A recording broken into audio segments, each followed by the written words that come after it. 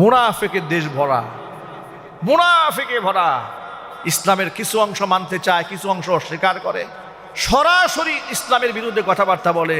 ইদানিং তো কিছু পাগলের মাথায় এত নষ্ট হয়েছে, ডিরেক্ট আলেম ওলামাদেরকে ধর্ম ব্যবসায়ী বলে গালি দেওয়া শুরু করে দিয়েছে।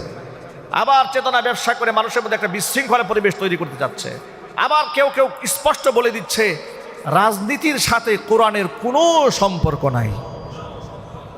নাউজুবিল্লাহ বলেন, আরো জোরে বলুন।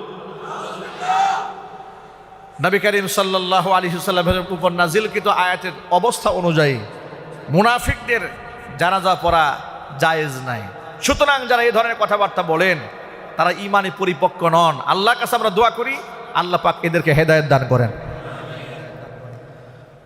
হুযায়ফা ইবনুল ইয়ামান রাদিয়াল্লাহু তাআলা আনহুকে খলিফাতুল মুসলিমিন হযরত ওমর শাহাদাতের পূর্বক্ষণে নিজের কাছে ডাকলেন, ডেকে বললেন, ও হুযায়ফা, আল্লাহর নামের কসম দিয়ে বলি, তুমি একটু আমাকে স্পষ্ট করে বলো, আল্লাহর নবী যে 12 জন নামের মুনাফিকদের নামের তালিকা তোমার হাতে তুলে দিয়েছিল, ওই মুনাফিকদের মধ্যে আমি উমরের নামটা কি আছে?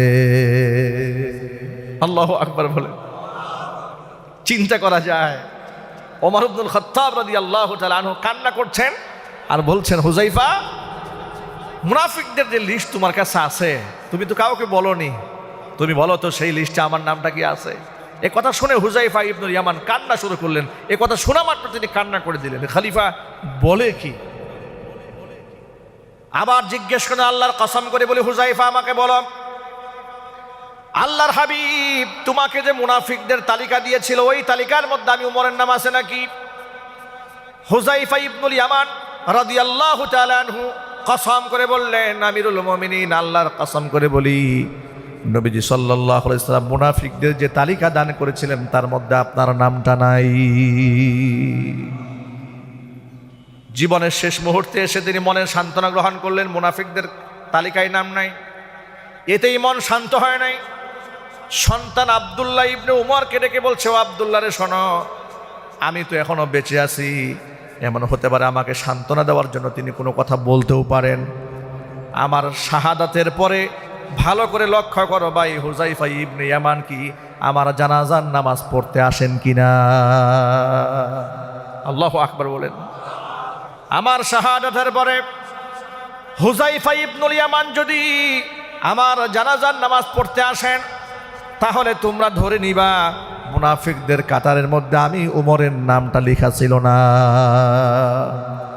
এবার তিনি হযরতে আব্দুল্লাহ ইবনে উমরকে ডেকে বলেন, শোনা, উম্মুল মুমিনিন মা আয়েশা সিদ্দিকা রাদিয়াল্লাহু তাআলা আনহার কাছে যাবে, গিয়া বলবে, মিন উমর ইবনুল খাত্তাব রাদিয়াল্লাহু তাআলা আনহু, মিন আমিরুল মুমিনিন বলবে না, খলিফাতুল মুসলিমিন উল্লেখ করবে না, ডাইরেক্ট বলবা, উমর ইবনুল খাত্তাব আপনার সন্তান আপনার কাছে একটা আবদার জানিয়েছে, তারা শাহাদাতের পরে তিনি তার দুই দুস্থ মুহাম্মদ সাল্লাল্লাহু আলাইহি সাল্লাম এবং আবু বকর সিদ্দিক রাদিয়াল্লাহু তাআলা আনহুর পাশে একটু শোয়ার সুযোগ চান। যেহেতু জায়গাটা মা আয়েশা রাদিয়াল্লাহু তাআলা আনহার হুজরাখানার ভেতরে, মা আয়েশা যদি অনুমতি দান করেন তাহলে আমাকে যেন সেখানে একটু শেষবারের মতো শোয়ার একটু সুযোগ করে দেন। মা আয়েশা শোনার পরে খুব কান্না করলেন এবং বললেন, এই জায়গাটা আমি নিজের জন্য রেখে দিয়েছিলাম, কিন্তু উমর যেহেতু আবদার করেছে এবং তামান্না পেশ করেছে, আমি আমার স্বার্থকে কুরবান করে দিলাম।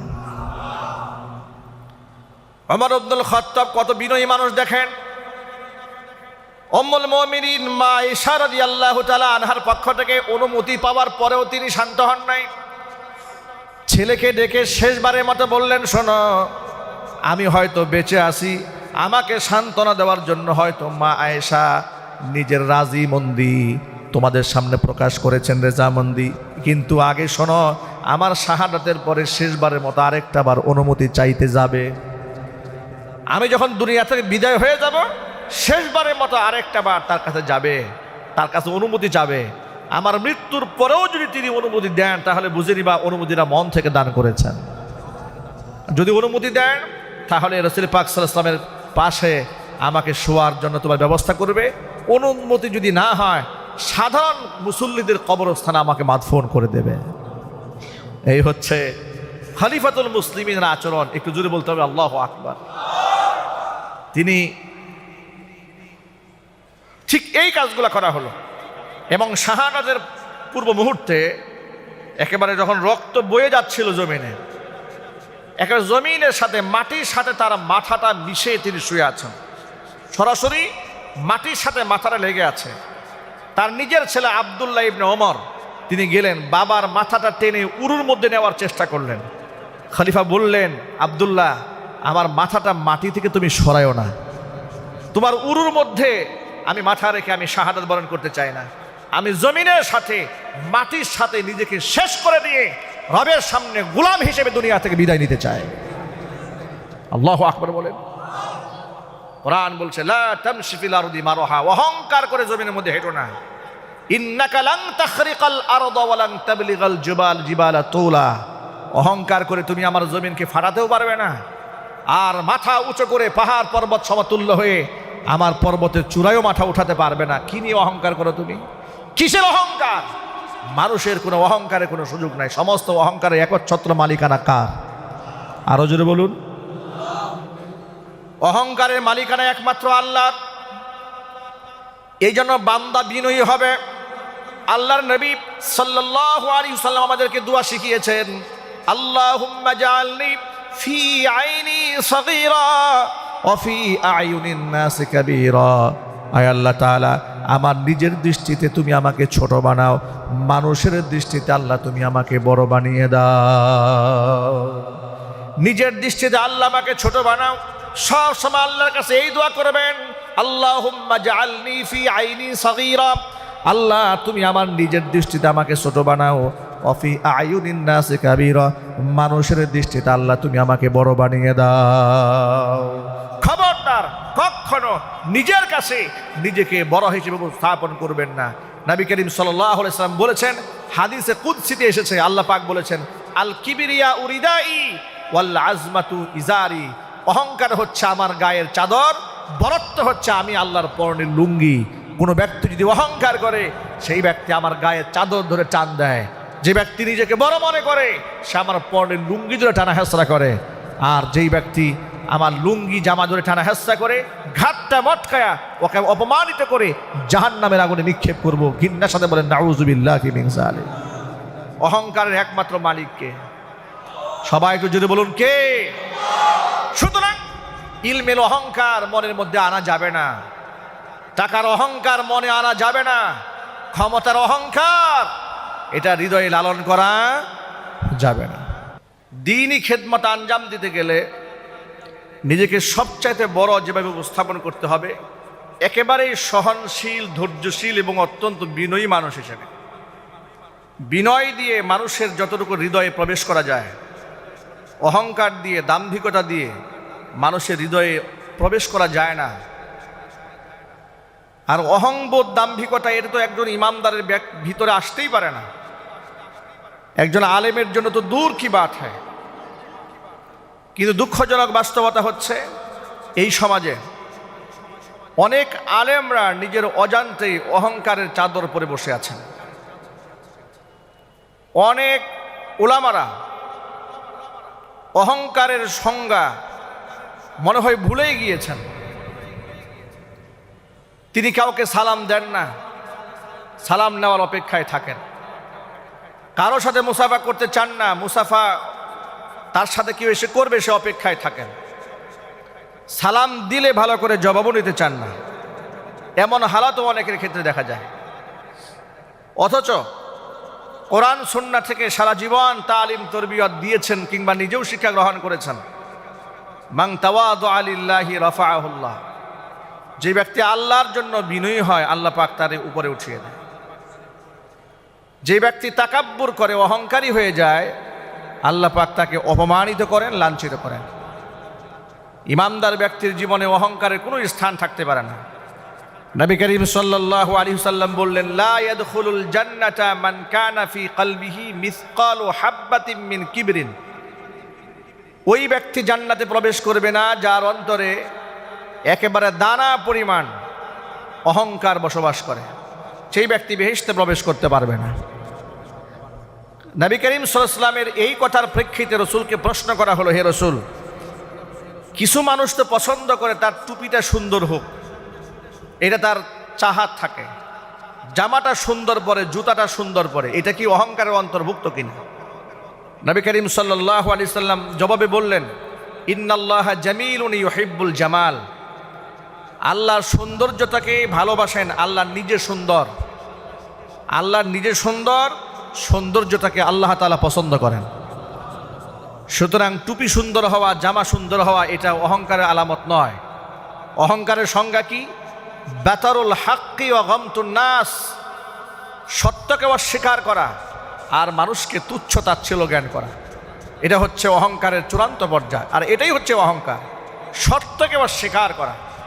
আপনারা দেখুন, ইসলাম যে সত্য, কোরআন যে সত্য, রসুল যে সত্য, আপনারা কি মনে করেন এর আত্ম উপলব্ধি আবু জেহেলের মনে ছিল না? কি বলেন?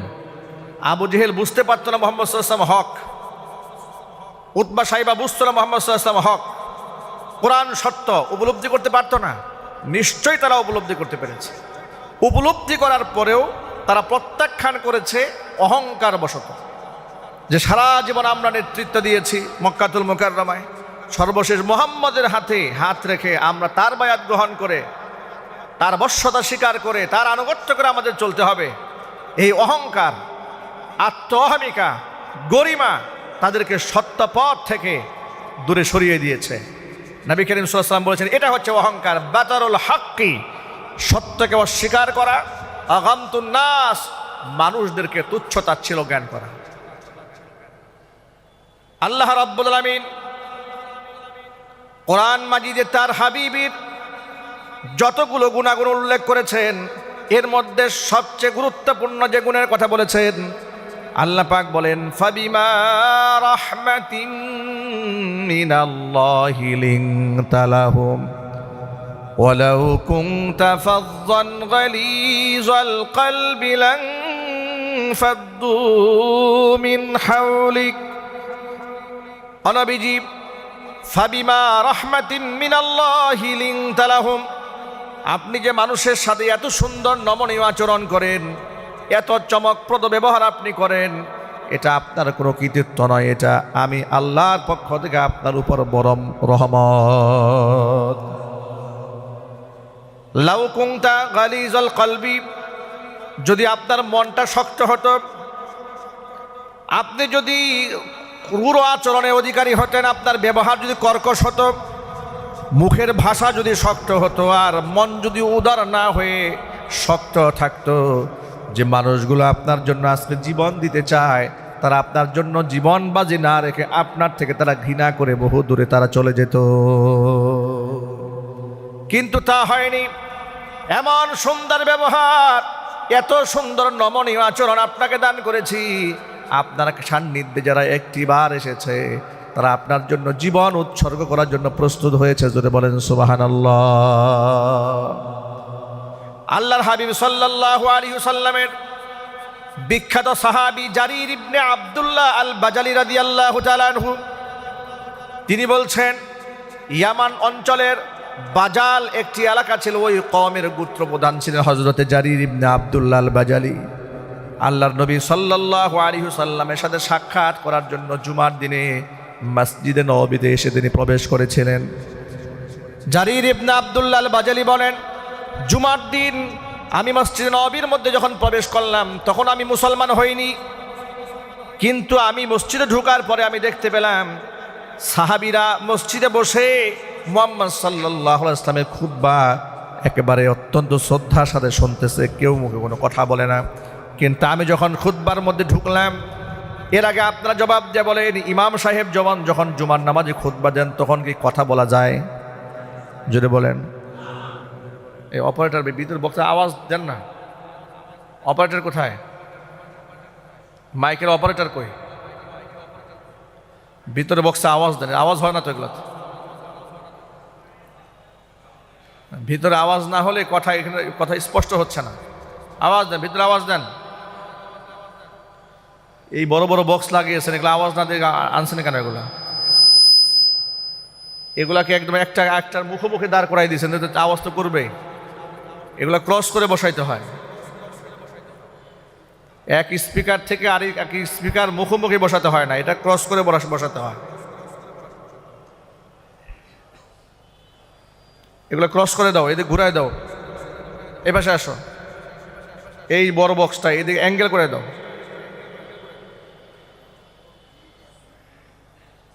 দুই বক্স মুখোমুখি হয়ে গেলে তখন আওয়াজ করবে, নয়েজ দেবে।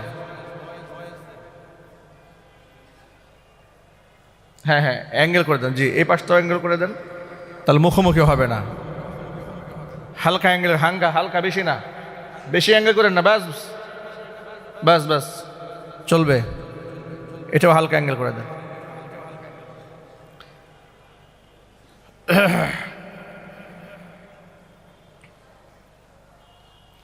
জারির ইবনে আব্দুল্লাহ আল বাজালি রাদিয়াল্লাহু তাআলা আনহু তিনি বলছেন, আমি জুমার দিন মসজিদে নববীতে প্রবেশ করলাম, তখন আমি মুসলমান হই নাই। তো মসজিদে প্রবেশ করে দেখি সাহাবা ইকরাম খুব ধীর স্থির সাথে একদম চুপচাপ বসে নবী করিম সাল্লাল্লাহু আলাইহি ওয়াসাল্লামের খুতবা শুনতেছে। কিন্তু আমি ঢোকার সাথে সাথে তারা আমাকে জায়গা করে দিলে আমি বসে গেলাম মাঝখানে। কিন্তু বসার পরে তারা মুখে কথা না বললেও তারা আমার দিকে এমনভাবে তাকাচ্ছিলেন, তাদের আড়িটুড়ি দেখে তাদের চোখের ভাষাতে বুঝতে পারলাম যে এরা যেন আমাকে অনেক আগে থেকে চেনে। তা আমি খুবই অবাক হলাম। তা আমি জীবনেও এখানে আসিনি, এদের সাথে কোনো পরিচয় নেই আমার, কিন্তু এরা আমার দিকে এভাবে তাকাচ্ছে কেন? এবং চোখের ভাষায় একজন আরেকজনকে ইঙ্গিত করছে, আমাকে দেখিয়ে দিচ্ছে। এতে আমার মনে হলো যে আমার ব্যাপারে এরা কিছু একটা ধারণা রাখে। নামাজ যখন শেষ হলো আমি পাশের ব্যক্তিকে জিজ্ঞেস করলাম, আচ্ছা আপনারা যে আমার দিকে এইভাবে আড়িটুড়ি করে তাকাচ্ছেন, আপনারা কি আমাকে চেনেন নাকি? উনি বললেন, আপনাকে আমরা চিনি না, কিন্তু আপনি এই মসজিদে প্রবেশ করার পূর্বে নবিয়ুনা মুহাম্মদ রাসূলুল্লাহ সাল্লাল্লাহু আলাইহি ওয়াসাল্লাম জুমার খুতবার মিম্বারে বসে তিনি আপনার প্রশংসা করেছেন, আপনার চরিত্রের প্রশংসা করেছেন, আপনার আখলাকের প্রশংসা করেছেন, আপনার ব্যক্তিত্বের প্রশংসা করেছেন।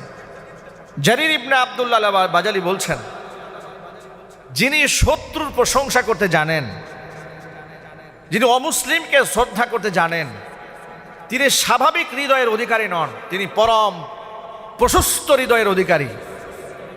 আমি সাহাবীদের মুখ থেকে আমি এতটুকুন প্রশংসা শুনে মুহাম্মদ সাল্লাল্লাহু আলাইহি ওয়াসাল্লামের প্রতি আমার শ্রদ্ধা বেড়ে গেল। কথা একটু বোঝার চেষ্টা করবেন। একজন অমুসলিমের প্রশংসা করেছে, তার পেছনে, সামনেও নয়, এমন না পাম দেওয়ার জন্য ফুলাইছে, আর এই আচরণটা তার হৃদয়ে হিট করেছে। তিনি বললেন, যিনি অমুসলিমকে শ্রদ্ধা করতে জানেন, একজন বিদেশি মানুষকে সম্মান দিতে জানেন, তিনি ন্যারো মাইন্ডের মানুষ নন, তিনি প্রশস্ত হৃদয়ের অধিকারী। আমি তার সান্নিধ্যে গেলাম, আমি জিজ্ঞেস করলাম, হে রাসূল, আমার প্রতি আপনার কোনো বাণী আছে নাকি? নবী করিম সাল্লাল্লাহু আলাইহি সাল্লাম আমাকে কালিমার দাওয়াত দিলেন। কালিমার দাওয়াত দেওয়া মাত্র আমি 1 সেকেন্ড বিলম্ব না করে সাথে সাথে হুজুরের হাতে হাত রেখে কালিমা পড়ে মুসলমান হয়ে গেলাম। তাকে জিজ্ঞেস করা হয়েছিল কালিমা গ্রহণ করার পেছনে কোন জিনিস আপনাকে অনুপ্রেরণা জুগিয়েছে? তিনি বললেন, নবী করিম সাল্লাল্লাহু আলাইহি সাল্লামের সাথে আমার জীবনের প্রথম সাক্ষাৎ আমাকে ইসলাম গ্রহণ করতে অনুপ্রাণিত করেছিল। আমি সেদিনই বুঝতে পেরেছিলাম তিনি সাধারণ মানুষ নন, তিনি মহামানব। এই সমস্ত বর্ণনাগুলো হাদিসে আছে। দুঃখজনক বাস্তবতা, আমাদের মধ্যে এমন আসাবিয়াত আমাদেরকে ধরেছে, আমরা এমন বেশি স্বজনপ্রিয়তার মধ্যে পড়ে গেছি, আমরা এক অমুসলিমের প্রতি শ্রদ্ধা, ভক্তি, ভালোবাসা থাকবে তো দূরের কথা, নিজের এক মুসলমান আরেক মুসলমানের প্রতি হিংসা, বিদ্বেষে একবারে কলিজা ভরে গিয়েছে। কথা ঠিক কিনা বলেন? আমরা মানুষকে আপন করতে জানি না, আমরা মানুষকে বিভক্ত করতে জানি, আমরা এক করতে জানি না। কথায় কথায় নিজেই শুধু হক, অমুকে বাতিল, অমুকের টুপি ঠিক নাই, এর জুব্বা ঠিক নাই, এর পাঞ্জাবি ঠিক নাই, এর আকীদা ঠিক নাই, আর নিজে হচ্ছে বেহেশতের ডিলারশিপ নিয়ে আসছে, মোটামুটি সার্টিফিকেট প্রাপ্ত। এই যে আত্ম উপলব্ধি, এটা আলেম সমাজকে শেষ করে দিয়েছে। আলেমদের ঐক্যের পিছনে সবচেয়ে বড় বাধা হয়ে দাঁড়িয়েছে আত্ম অহমিকার, অহংকার। কথা বলতে হবে, ঠিক কিনা বলেন? এখানে যে সমস্ত ওলামারা নতুন করে আলেম হিসেবে সমাজের মধ্যে পরিচিতি লাভ করতে যাচ্ছেন, তাদের প্রতি আমার অত্যন্ত বিনয়ের সাথে এই আরজি, অহংবোধ মনে জায়গা দেওয়া যাবে না। আমার আপনার আদর্শ কোনো বড় পীর নয়, আমার আপনার আদর্শ মুহাম্মদ রাসূলুল্লাহ সাল্লাল্লাহু আলাইহি ওয়াসাল্লাম, তার কাছ থেকে আমাকে আখলাক শিখে নিতে হবে। আমরা কিন্তু দাড়ির সুন্নতকে আমরা মেনে নিয়েছি, টুপির সুন্নতটা গ্রহণ করেছি, তাসবিহ জায় নামাজের সুন্নত গ্রহণ করেছি, আখলাক আর চরিত্রের সুন্নত আমরা নিতে পারি নাই। ঠিক কিনা জুড়ে বলেন? আমরা সামান্য সুন্নতগুলো আদায় করতে ভুলে গিয়েছি। আল্লাহ নবী সাল্লাল্লাহু আলাইহি ওয়াসাল্লাম বলেছেন, তাবাসসুমুকা লিআখিকা লাকা সাদাকাতুন, তোমার এক মুসলিম ভাইয়ের সাথে তোমার দেখা হয়েছে, দেখা হওয়া মাত্র তাকে দেখে তুমি যখন মুচকি একটা হাসি দিয়েছ, হাসি দেওয়া মাত্র আমল নামার মধ্যে আল্লাহ সাদকার সব লিখে দিয়েছে। মুচকি হাসি দেওয়া হচ্ছে সুন্নাহ, এটাকে আমরা ভুলে গিয়েছি। আমরা মনে করি যে যত মোডে থাকতে পারবে সে তত বড় হুজুর। ঠিক কিনা বলেন? যিনি যত ভাব ধরে একেবারে এইরকম ভাউয়া ব্যাঙের মতো ফুলে থাকতে পারবে তিনি হচ্ছেন সবচেয়ে বড় আল্লামা। এগুলো জিহালাত, এগুলো মূর্খতা, এখান থেকে বের হয়ে আসতে হবে। আল্লাহর কসম, আল্লাহর নবী সাল্লাল্লাহু আলাইহি ওয়াসাল্লামের সুন্নতের বাহিরে কোনো সুন্নত হতে পারে না, রাসূলের আদর্শের বাহিরে কোনো আদর্শ হতে পারে না, আল্লাহর নবীর আখলাকের বিপরীতে কোনো আখলাক থাকতে পারে না, আল্লাহর নবীর চরিত্রের সামনে পৃথিবীর কোনো চরিত্র টিকে থাকতে পারে না। চিল্লায় বলুন ঠিক কিনা? রাসূলের আখলাক, রাসূলের চরিত্র হচ্ছে পৃথিবীর সর্বশ্রেষ্ঠ চরিত্র। নিজেকে একেবারে সবচেয়ে নিকৃষ্ট মনে করতে হবে, আবার আল্লাহর রহমতের আশাও করতে হবে। খলিফাতুল মুসলিমিন আমিরুল মুমিনিন উমর আব্দুল খাত্তাব রাদিয়াল্লাহু তাআলা আনহু কত বড় জালিলুল কদর সাহাবী। নবীজি সাল্লাল্লাহু আলাইহি ওয়াসাল্লাম যার সম্পর্কে বলেছেন, লাউ কানা মিন বাদি নাবিয়্যুন লাকানা উমরু নাবিয়্যা, আমার পরে যদি দুনিয়াতে কেউ নবী হতো অবশ্যই হযরত ওমর নবী হয়ে যেতে। যে ওমর রাদিয়াল্লাহু তাআলা আনহু সম্পর্কে আল্লাহর হাবিব বলেছেন, যে রাস্তায় ওমর হাঁটে সেই রাস্তায় শয়তানও হাঁটতে সাহস পায় না। আল্লাহু আকবার বলেন। যে ওমর রাদিয়াল্লাহু তাআলা আনহুকে আল্লাহর হাবিব জান্নাতের সুসংবাদ প্রাপ্ত সাহাবীদের অন্তর্ভুক্ত করেছেন। হুজুর বলেছেন, আবু বকর ফিল জান্নাহ, ওমর ফিল জান্নাহ, আলী ফিল জান্নাহ, ওসমান ফিল জান্নাহ। যখন আল্লাহু আকবার। জান্নাতের সুসংবাদ প্রাপ্ত এই সাহাবী হযরত ওমর আল্লাহর কাছে সব সময় দোয়া করতেন, আল্লাহুম্মা রযুকনি শাহাদাতান ফি সাবিলিক ওয়াজআল মাউতি ফি বালাদি রাসূলিক। হে আল্লাহ, তুমি তোমার পথে আমাকে শাহাদাতের মৃত্যু দান করো এবং তোমার নবী সাল্লাল্লাহু আলাইহি সাল্লামের দেশে তুমি আমার মৃত্যু দান করো। হুজুরের দেশে, নবীজি সাল্লাল্লাহু আলাইহি সাল্লামের দেশে আল্লাহ তুমি আমার মৃত্যু দান করো, আল্লাহ তোমার পর তুমি আমাকে শাহাদাত দান করো। আল্লাহু আকবার। আল্লাহর কাছে দোয়া মঞ্জুর হয়েছে। ফজরের নামাজের ইমামতির অবরত অবস্থায় শত্রু তার পেছন দিক থেকে ছুরি মেরে দিয়েছে, পেটে এত বড় ক্ষত করেছে, পেট সম্পূর্ণ চিরে বুড়ি বের হয়ে গিয়েছে। নামাজ শেষ করে হযরত ওমর আব্দুল খাত্তাব রাদিয়াল্লাহু তাআলা আনহু চিকিৎসককে ডাকলেন। চিকিৎসক তার চিকিৎসা করার জন্য এক গ্লাস দুধ পান করাতে বললেন। খলিফাকে এক গ্লাস দুধ পান করানো হলো। দুধ মুখ দিয়ে দেওয়ার সাথে সাথে পেটের মধ্যে সেই দুধটা না থেকে যখন বুড়ি দিয়ে বের হয়ে গেল, এই দৃশ্য দেখার পরে ডাক্তার হযরত ওমর আব্দুল খাত্তাব রাদিয়াল্লাহু তাআলা আনহুকে ডেকে বলছেন, খলিফা আপনি হয়তো বেশিক্ষণ আর টিকতে পারবেন না, আপনার যদি কোনো ওসিয়ত থাকে বলে ফেলেন, আপনার যদি জীবনের কোনো চাওয়া পাওয়া থাকে, কারো কাছে কিছু বলার প্রয়োজন হয়, ওসিয়ত করার প্রয়োজন হয়, সেটা আপনি সেরে ফেলেন। আমার মনে হচ্ছে আপনাকে আর বেশিক্ষণ টিকিয়ে রাখা সম্ভব হবে না। খলিফাতুল মুসলিমিন আব্দুল্লাহ ইবনে ওমর নিজের ছেলেকে ডাকলেন, ডেকে বললেন, ও বৎস শোনো, তুমি আমার কাছে আসো। নবী করিম সাল্লাল্লাহু আলাইহি ওয়াসাল্লামের সাহাবী হযরত হুযায়ফা ইবনুল ইয়ামান রাদিয়াল্লাহু তাআলা আনহুকে একটু ডেকে নিয়ে আসো, তার সাথে আমার একটু গুরুত্বপূর্ণ কথা আছে। হুযায়ফা ইবনুল ইয়ামান হচ্ছেন নবীজি সাল্লাল্লাহু আলাইহি ওয়াসাল্লামের ওই সাহাবীর নাম যাকে বলা হতো সাহিবু সিররি রাসূলিল্লাহি সাল্লাল্লাহু আলাইহি ওয়াসাল্লাম, অর্থাৎ নবী করিম সাল্লাল্লাহু আলাইহি ওয়াসাল্লামের কিছু গোপন কথা তথ্য যার কাছে ছিল সেই সাহাবীর নাম হচ্ছে হুযাইফা ইবনুল ইয়ামান রাদিয়াল্লাহু তাআলা আনহু। নবী করিম সাল্লাল্লাহু আলাইহি সাল্লাম বলেছেন, আমার উম্মতের মধ্যে 12টা মুনাফিক আছে। কয়টা? এটা যদি বলতে হবে 12 জন মুনাফিক আছে।